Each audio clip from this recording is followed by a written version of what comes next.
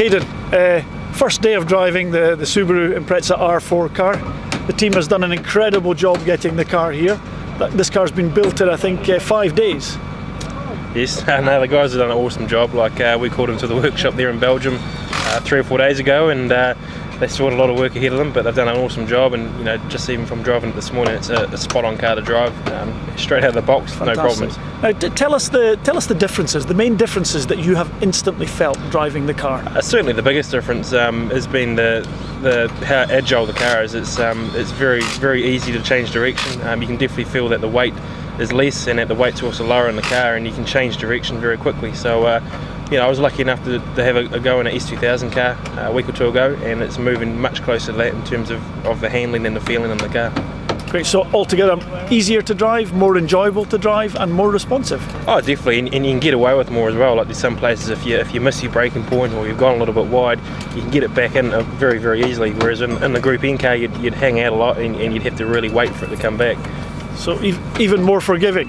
Oh, definitely, and from a driving point of view it makes it easier. So it's just a matter of finding the sweet spot with the setup so you can extract the most car speed. Yeah, okay. Hayden, your prediction for this car for the rest of the day here, your development?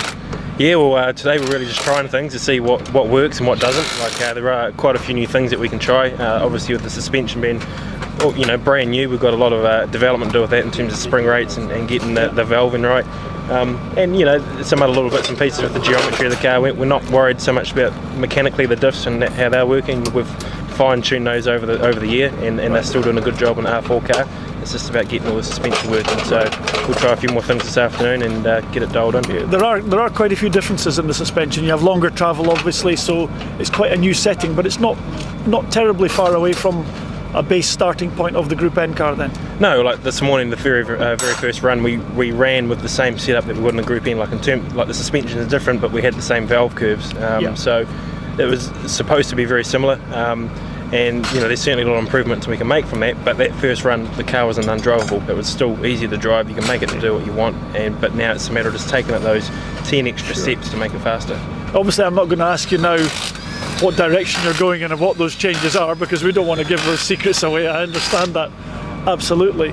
But you're feeling quite confident for the event? The car's going to be nice to drive. It's not going to have any little bugbears or any nasty little handling traits? As we've found out all year, the Subaru is very reliable, so we're not going to have any problems, I'm sure, on that side of things. It's just going to be a matter of how much speed we've got, and that's a big unknown factor at the moment. On gravel rallies, a Group N car can keep up with some of the slower S2000 cars. I hope we can take that next step with this car and maybe try and get closer to the front-running S2000 cars. Fantastic. Well, there are quite a few front-running S2000 cars here, so I think there's a good chance to do that. Oh, definitely, and even with Volkswagen obviously testing young drivers here as well, good chance to gauge ourselves against those guys. And my previous experience of this event is that the roads can tend to be quite fast, and I think the faster roads will maybe suit the R4 car more so than the S2000. So we'll see. We just got to see what the roads are. Half of them are new, so it's the same for everybody, and we've just got to get on and do the best job we can.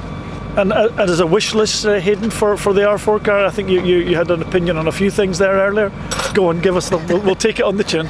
The car feels really good, but after driving the S2000 car, we are still missing out a lot of weight. We're still 170 kilos heavier, but that's not so bad. It's probably more the power. We need some more power coming up some of these uphill straights. They do still feel like a Group N car. I think simply opening up the restrictor or something with the flywheels or anything like that would certainly give them a good gain, and then maybe a little bit more weight.